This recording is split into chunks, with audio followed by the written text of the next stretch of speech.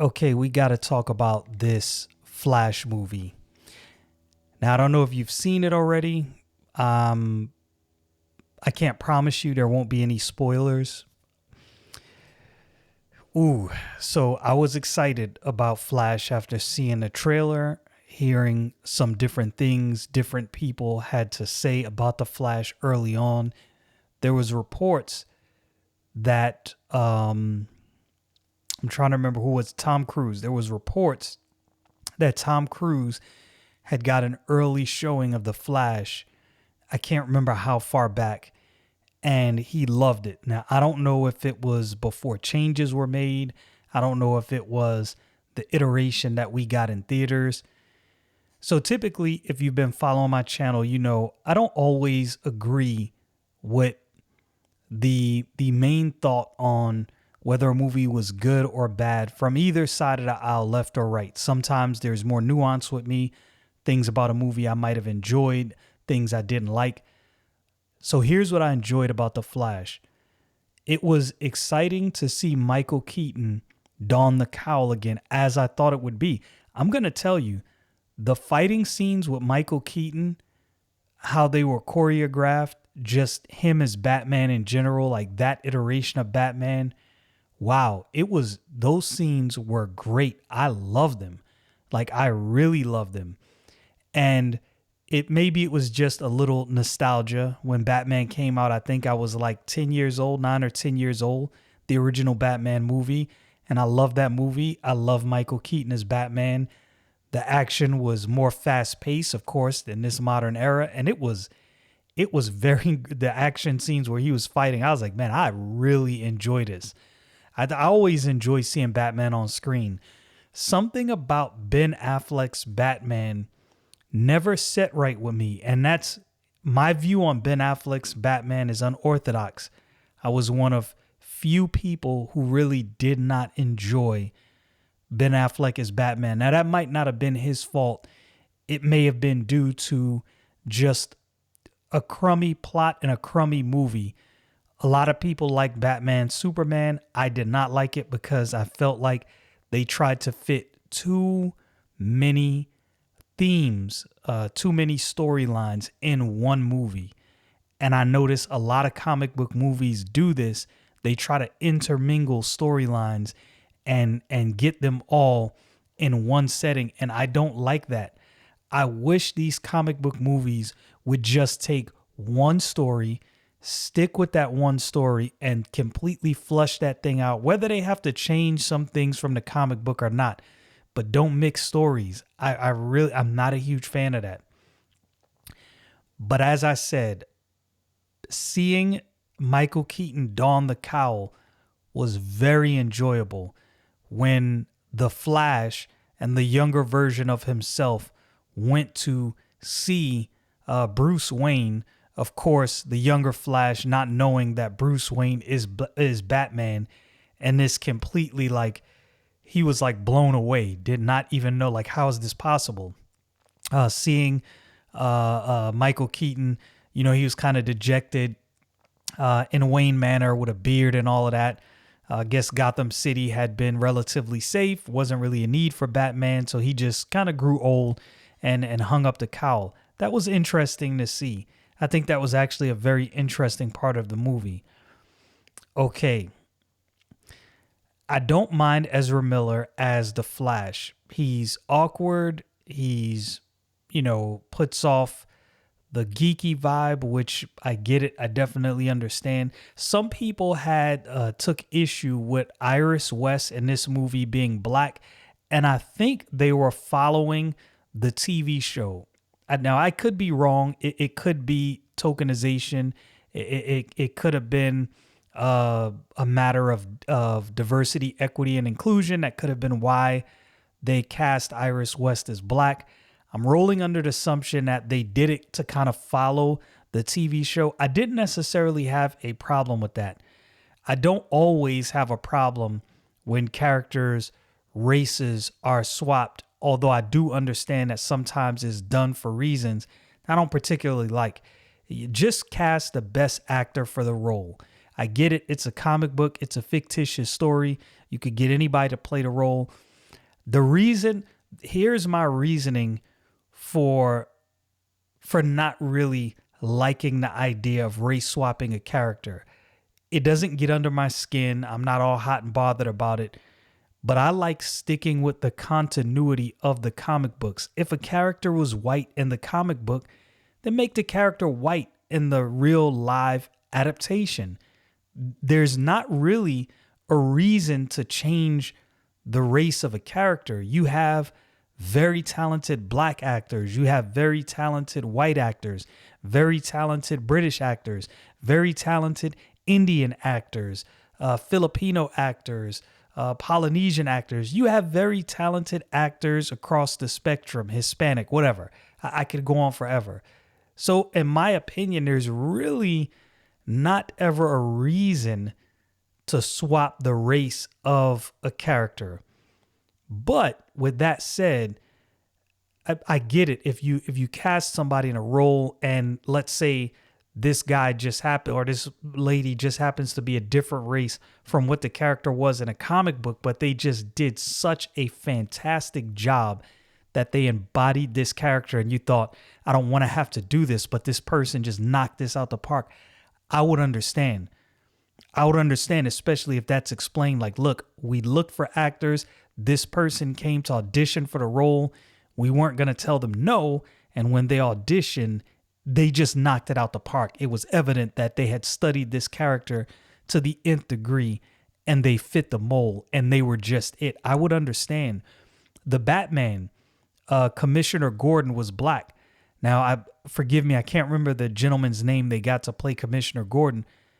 And originally, like, I really took issue with this. I really legitimately took issue with this. When I saw the movie, I was like, you know what? This guy really did a fantastic job, like a freaking fantastic job. I was impressed. You may disagree. I understand. I'm not sure that was the case, or I'm not sure it was the case in The Flash that they cast Iris West as black just for the sake of tokenization. It might be. And this is one of the issues that people take with the movie. It might be. I didn't particularly have a problem with her. She didn't really play a huge role in a movie. So it even with the race swap in play, it didn't really matter because her role in a movie wasn't big enough that I even really paid that much attention to her character. Now, another thing people took issue with was Ezra Miller's mother in this movie. I don't know. I think she's supposed to be like Colombian or something like that in this movie, or Italian. I wasn't really sure. And someone brought up the fact that, well, Ezra Miller doesn't look Hispanic at all, which in defense, right? I'm trying to give all of the defenses I can to see from, just to give the most objective view I can give of the movie. Ezra Miller definitely could pass from someone who is mixed.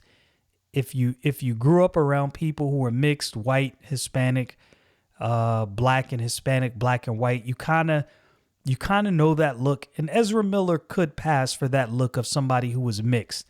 So I didn't necessarily take issue with that. Although, again, this is another one of those instances where people are like, yo, why is his mom race swapped? And again, this goes back to my initial problem with race swapping. It's not necessarily that you got this actor of another race to play this role. The thing I always think is why. Why did you do this? Because I think that would matter more. If it was done, if a character is race swapped just for the sake of adding someone of a different race into this role and not because they were the best person for that role, I definitely 100% take issue with that. I have a problem with that. That really takes away and detracts from the actual character and the script, and I don't like it. I don't know if that was the case here, but I will say I don't see what the need was to make his mom Hispanic or Italian, whatever she was. And I understand why people take issue with that, because you're left asking yourself, okay, why did you swap the race of this character? Like I said, and Iris West in in defense of her race swap, they were probably following the model of the TV show. Now, why the TV show did that, who knows? That could have been because of DEI. I don't know. The Flash aired, I can't even remember what year it aired. I think was 7 years ago? And this was really before the DEI thing really got out of hand. Maybe it was going on behind the scenes.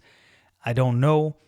And I never really followed the Flash like that. So I can't say whether there was a big uproar when the Flash TV series came out, whether people had a huge issue with it. I don't really know. Okay, so I'm trying to, I know this is kind of long-winded. I'm trying to give you the most objective view of the Flash that I can give. This is my legitimate both praise and gripes. Like I said, my praise, Michael Keaton as Batman, I loved seeing it. The plot wasn't bad. I don't think it was a terrible plot. There were some more things they could have done with it. They could have flushed it out. They could have explained why Barry appeared to Batman. This is the problem I have with DC in general in the direction that they are going. When I saw the Snyder cut for Justice League, in my humble opinion, they should have flushed that whole story out. They should have let that play out. They should have given Snyder whatever big bag of money he needed to finish out his arc. But I think they should have finished the Snyder arc. I really believe they should have. I believe they should have kept Henry Cavill as Superman. I understand there was some, moving pieces and things going on, but in my opinion, they should have figured that out. This is where I don't understand why it seems like these companies, whether it be Marvel, whether it be DC, or whatever other company you want to pick, why it seems, I'm not saying this is literally the case because I don't know, but why it seems like they hate their fans. If the fans tell you, look, this is what we want, this is what we love, do this and we will give you money. We will take out our wallet and throw wads of money at you. But then you decide to do something completely opposite of that. I don't understand. I truly don't. And I'm not a businessman. Maybe that's the problem. Maybe there's something deeper in the background I don't understand, but I really don't get it. If I was at DC, I would have said, especially after looking at the reception of the Snyder Cut, I would have said, whatever we have to give Zack Snyder to finish his arc and however long he needs to take, we're giving it to him. We're giving him free reign. He's going to make the movies he wants to make. I would have definitely, like I said, brought back Henry Cavill, done another Superman. To me, Man of Steel was one of the best Superman, live action Superman movies I've seen. I really enjoyed it. Okay, back to The Flash. Oh my goodness, the special effects were juvenile. Now, let me say this. I'm not a programmer. I'm not a graphics designer. I don't know exactly what field goes into doing special effects. I think a lot of game devs actually get into special effects because it's similar. If I'm not mistaken, you can correct me in the comments. And I don't want to denigrate what any of these people did because it is a monumental effort. I mean, as far as special effects go, it was great, but it wasn't polished. It felt like when the special effects happened, it felt like you were pulled out of the movie into a video game. It no longer felt real. And a thing I've always enjoyed about watching movies and special effects is you watch this movie and it feels like this fantastical thing is actually happening.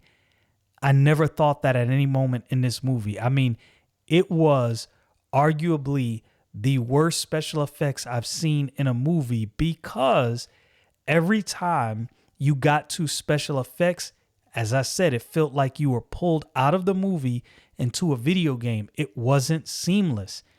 And it was, and I heard these I heard people say this as I was watching reviews, and I thought to myself, man, the special effects can't be that bad in this Flash movie. I'm here to tell you it was that bad.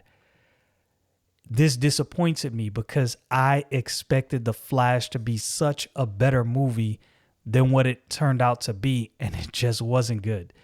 If you've been following me on this channel, you know I recorded a video maybe a month and a half ago or so about The Flash. I looked at the trailers. I was excited. I thought this movie was going to be great. It wasn't the most terrible movie I've ever seen, but it wasn't great. And as a matter of fact, I want to take you to this Box Office Mojo. If you've never went to Box Office Mojo, you can look at the earnings of different movies over time. So I'm going to go. So The Flash first appeared in theaters on Friday. So Friday it made 24 million. Saturday it made 15 million, and allegedly today, Sunday, it made 14.9 million. I don't know how accurate that Sunday number is, obviously, because Sunday is not over. It's Father's Day. You would think that a lot of fathers probably are geeks, grew up geeks, love The Flash. You would think there'd be an influx of people going to see this movie, but those numbers don't look great. So that means the total earnings, I think it's over here, from June 16th to 18th, as it stands right now, is 55 million. I don't know if I don't think that's good. I do not think this is good for this movie. Worldwide, it has made 139 million, which, look, it's millions of dollars. That's nothing to shake a stick at. But man, I don't know what the cost to make this movie was. I'll have to look into it, but that doesn't seem good. So I don't know where DC goes from here, because a lot of times, well, what I've been seeing lately is when movies don't really sit well with the people, like this one, they kind of pull away. And I think you see that with Marvel and the Eternals. The Eternals really wasn't well accepted. To this day, I have Disney Plus and I have not watched the Eternals, and I refuse to watch it. I refuse to watch it for several reasons. One of those reasons is I think Eternals was definitely one of those movies where they let diversity, equity, and inclusion get in the way of just making a good movie. And that's the thing.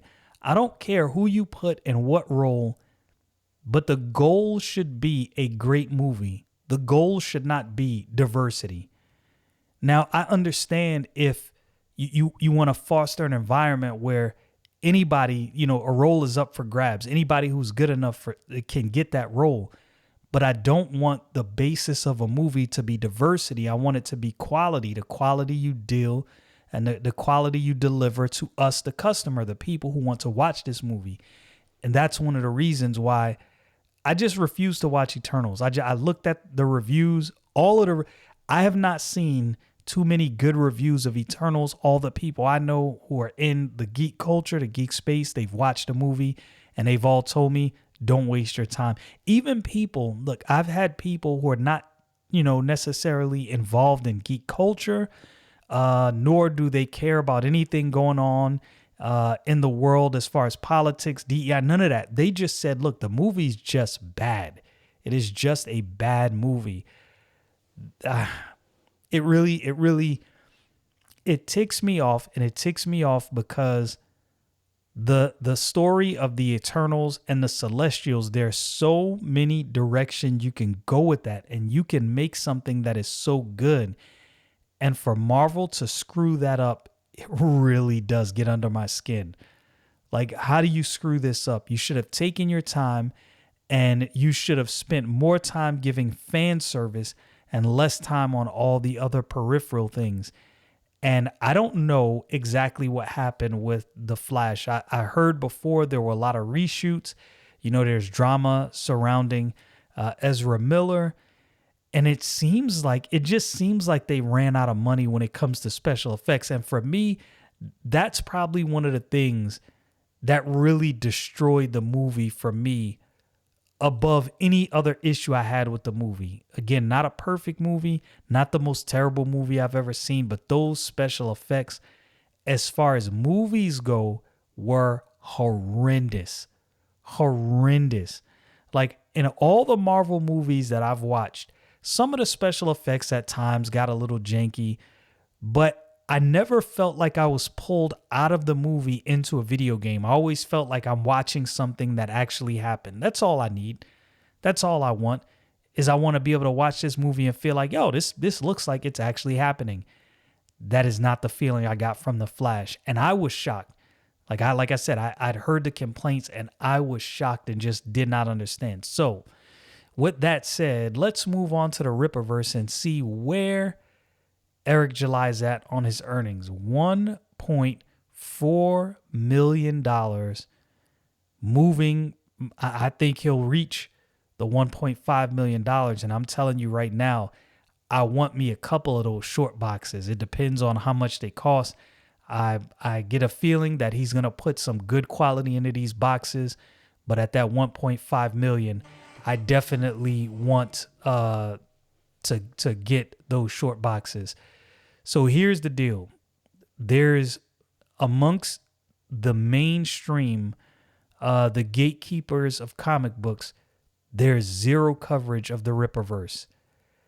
I was mentioning on another podcast earlier that I'm trying to figure out how to put this because I don't want to attack this dude. There's another dude, another black creator that has something called Black Sands Entertainment. It's a comic series. I think it's like based more around the Egyptian mythos and that whole ordeal. I've never read it. It doesn't look like my specific interest when it comes to comics. And I think he's raised something like 900,000 or something like that. I think he was on Shark Tank. I could be mistaken. Randomly, I get an Instagram ad. Now, I find this timing to be very strange. Now, I guess he was beefing with Eric July at some point during the Isom #1 campaign. And like I said, I don't have anything against this dude. I've never watched an interview from him, never heard him speak. I don't know anything about him. The Black Sand series is probably good. Like I said, just looking at the images, it's not my cup of tea. Doesn't mean it's not good. But here's the deal. I got an ad on Instagram that said, it said something to the effect of the highest selling black owned comic company or something like that. I don't know if it said in history or ever. It was something to that effect. I wish I would have saved it. It was one of those Instagram ads. And I'm looking at that like, wait a minute. Isom #1 sold like 3.7 million. Like, that's a lot more than 900,000. I'm not the greatest mathematician, but that's a lot more than 900,000. I was like, so this Instagram ad is not like, this is not even accurate. Now, I'm sure that he probably paid for some Instagram ads, and I'm not mad at him. Not mad at him at all. I think the timing is just odd. Like, why would I receive that now on the heels of Isom #2 campaign already blowing past his 900,000 number? And Isom #2, it might reach the same sales numbers as Isom #1. Maybe it falls slightly short, might be close. I don't know. But already at 1.4 million, this is a success. This is a huge success. And for me, as I saw that, for me, I thought to myself, well, that's interesting that I would get this ad now. Is this a coincidence? Right on the heels of Eric July launching Isom #2, I get this ad. Is this a coincidence? Yo, I don't know. I'm not saying that there's definitely some concerted effort, but there appears, in my humble opinion, to be a concerted effort to, I want to say, like, remove Isom, the Rippaverse, from the history of comics. Like, nobody's mentioning this on none of the big mainstream comic book blogs. Nobody's talking about it. None of the none of the big mainstream news sites, rather. If there's anybody talking about it in the blogosphere, it's small channels like mine's. Like I have a small channel and I enjoy his book. I enjoy what he has going on. And there is some big channels, don't get me wrong. There is some big channels, but it's all in an independent space. The gatekeepers are mum's the word on Isom and the Ripperverse. And I do not think that's an accident. They do not want anyone to know, because you have to realize, you give this traction and somebody says, let's say you have a bunch of people that know nothing about the Ripperverse, nothing about Isom. Now you mention it on this big platform and they're like, wait, Isom, Ripperverse, what is this? And then they go look into it and say, oh, let me order this to see what it's, if it's any good. Since they're saying this is terrible, $30, yeah, more than I want to pay, but let me order it and see what happens when those people order it, read the book, and actually like it. And I think that's what the gatekeepers don't want to happen. So they are trying their hardest to make sure they are mums the word on Isom and the Ripperverse. Yo, I want to see Eric July win. I like the comic book. I don't just like the comic book because I've watched his YouTube videos and I've subscribed to his YouTube channel for years now. I don't just like it because of that. I literally, when I got the comic in, I was like, I hope this is good. If it's not good, I'll say so. I enjoyed it. I thought it was good. Was it the greatest comic book I ever read in my life? No, but it was good. It was exciting. There was an element of character and world building, and it just focused on the story, and I liked it. The gatekeepers are definitely trying to keep him out. That's for sure.